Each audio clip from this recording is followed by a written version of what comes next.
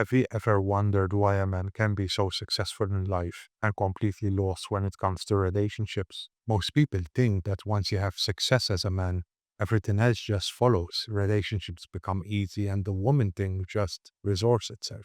But for most men, the deeper problem is their unresolved childhood conditioning that controls their entire life without them even knowing it. So in this video, I'm going to break down 6 of the most damaging ways a man is still a boy in relationships. Now, before we jump into the 6 signs, it's important to understand the context. Growing up isn't just about age, it's about a shift that happens inside a man. A boy looks to the world around him, his parents, his friends, his circumstances, to feel okay. But a man learns to find that stability within himself. And some men never fully make that shift. This is often called the eternal boy archetype, and it's basically a grown man who still operates with a boy's mindset. And it runs deeper than just being irresponsible. He struggles to manage his own emotions, he attaches to people in unhealthy ways, and he finds it hard to truly open up and stay close to a woman over a longer stretch of time. When a man like this enters a relationship, he's still running old software. He unconsciously prioritizes feeling safe and getting what he wants in the present moment over doing the harder work that a real relationship actually requires. So by the end of this video, you'll understand what's actually happening in his brain, where these patterns come from at almost a mythological level, and how they slowly kill the spark in a committed relationship. With that foundation, let's look at how this actually shows up. One of the most common signs of an emotionally immature man is a deep, constant fear of losing his woman, and it shows up as an obsessive need to keep her happy at all costs. From the outside, this can look like he's just a really nice, thoughtful, caring guy, but underneath all that, something else is going on. This is usually called fawning, and it's actually a stress response. It's not genuine kindness. So instead of being honest with himself about who he is and what he needs, he says yes when he means no, he hides his real feelings, and he molds himself into whatever he thinks will keep the peace. Because deep down, he's terrified that if he shows up as who he really is, he'll be abandoned or rejected. This people pleasing behavior originates in the part of the brain that actually handles fear and emotion, called the amygdala. And for a man who never fully separated his identity from his parents, his partner disagreeing with him doesn't just feel bad. His nervous system treats it like a genuine threat to his survival. So instead of showing up as a calm, steady presence, he becomes a people pleasing chameleon, constantly analyzing her body language to avoid any sign of disapproval.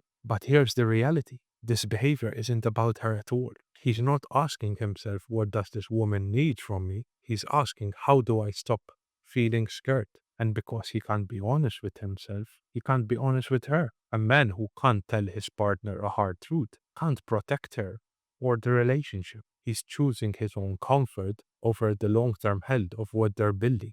And she ends up feeling like she has to tiptoe around his emotional fragility. And this pattern often traces back to his relationship with his mother. If love felt conditional growing up, if he had to keep mom happy to feel safe, he carries that dynamic into every relationship that follows. He may even have been put in the role of managing his mother's emotions as a child.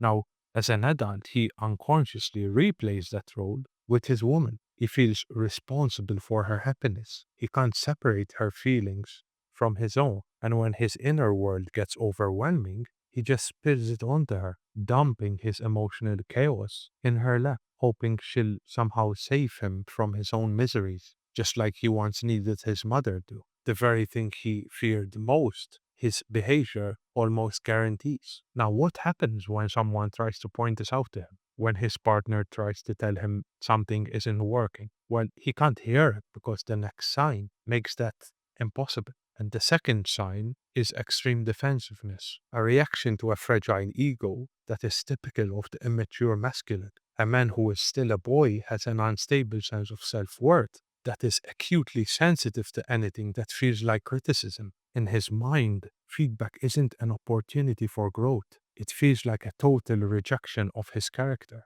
When this man is faced with a problem in the relationship, he activates a suite of destructive defense mechanisms to protect his ego. The first of these is that he blame shifts, redirecting focus to her flaws or past mistakes to counteract his own guilt. He plays the victim, pulling sympathy towards himself and attention away from his behavior. He gaslights, manipulating her perception of reality to avoid accountability. And when all else fails, he logifies, using cold logic at the wrong time to dismiss her emotional experience as irrational or too sensitive. This creates a complete communication block because he's so focused on shielding himself that he never actually hears her out. And research from 2020 actually shows this pattern is one of the most primary drivers of endless conflict loops and relationship burnout because she eventually realizes that expressing her needs will always result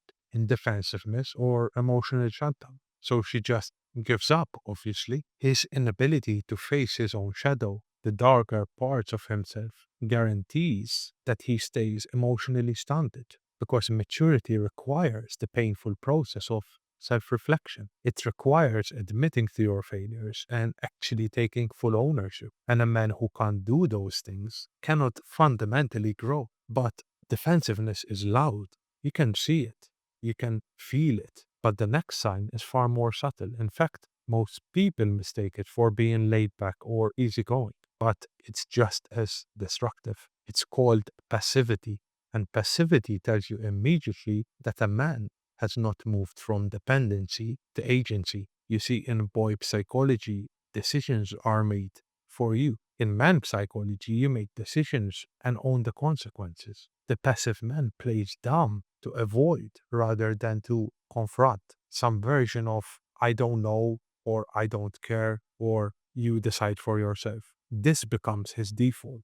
And it's not because he genuinely has no opinion. It's actually because doing those things actually requires courage, which he lacks. This is a direct failure of what I'd call masculine containment, the ability to provide a stable, secure environment in which a woman can thrive and grow alongside you. When a man fails to lead on the things that actually matter, like hard conversations, difficult decisions, the direction of the relationship, she is basically forced into a more dominant role to maintain the stability of the relationship. And that shift in dynamic is often described by women as becoming distant, cold, or anxious because she no longer feels the sense of protection and direction that she needs from a man. And here's the cost of all this. If she's doing all the emotional heavy lifting, if she has to tell you what to do as if she were your manager, you are planting seeds of resentment that are very hard to come back from.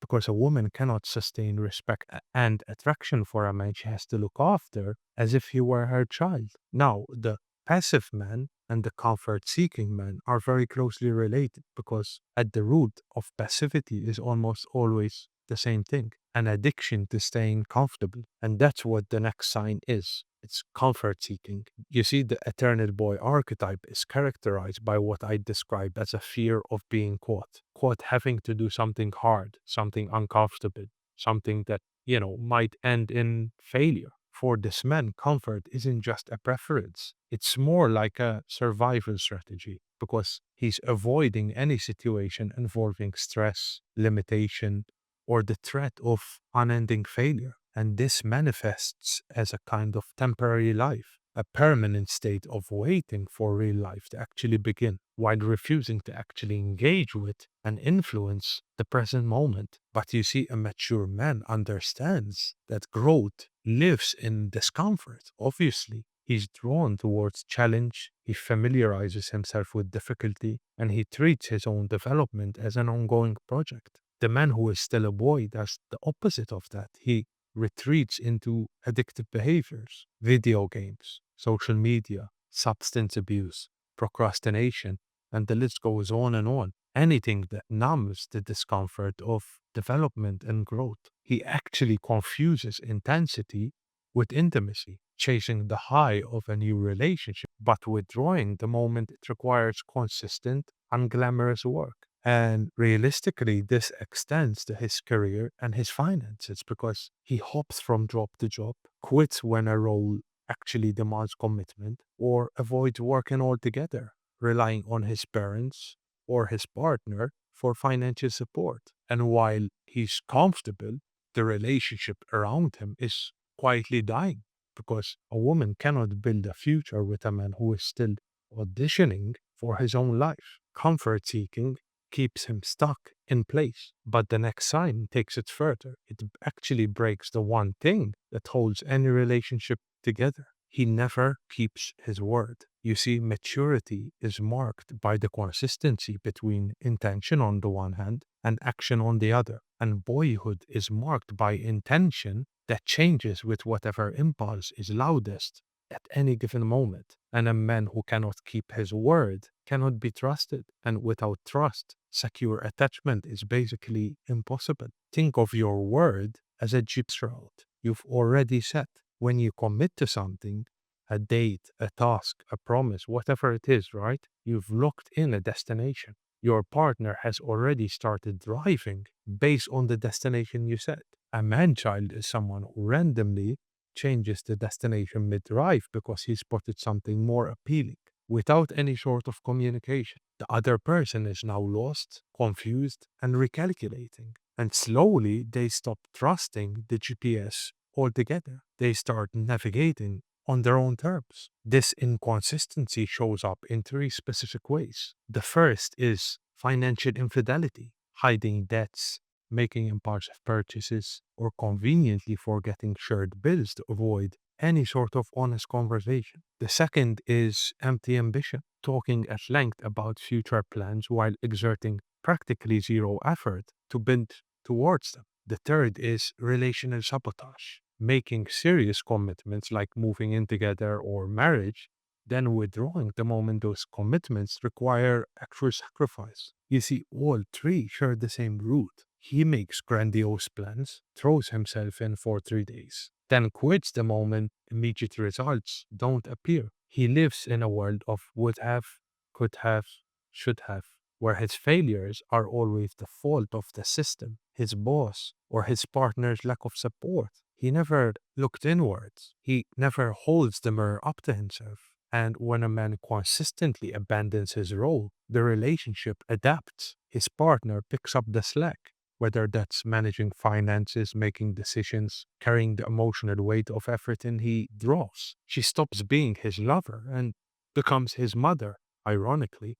And that dynamic doesn't just breed resentment, it also kills all the important things like attraction, respect, excitement. She cannot desire a man, she has to manage. And what makes this pattern particularly insidious is that it's self perpetuating.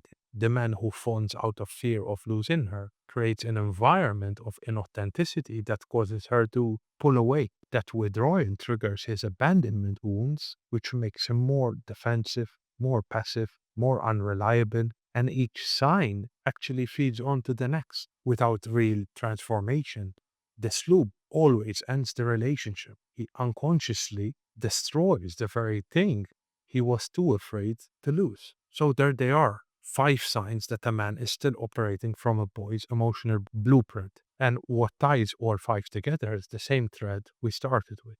The eternal boy who never made the internal shift, who still looks outward for safety, validation, and redemption, who has never sat down with himself and done the uncomfortable work of becoming. Here's what I want you to take away from this. These patterns aren't character flaws you're stuck with forever. They're actually responses, and these responses are learned often in childhood because they were necessary for a short period of time. But you are not a child anymore, and what kept you safe then is what's destroying your relationships now. The work of becoming a man is about developing the one thing that makes all of this possible: a secure relationship with yourself. When you stop needing her to manage your emotions, you can actually be present for her. When you stop fearing her disapproval, you can actually be honest with her. And when you stop running from discomfort, you can actually build something with her. That shift doesn't happen overnight, though, but it starts with awareness. And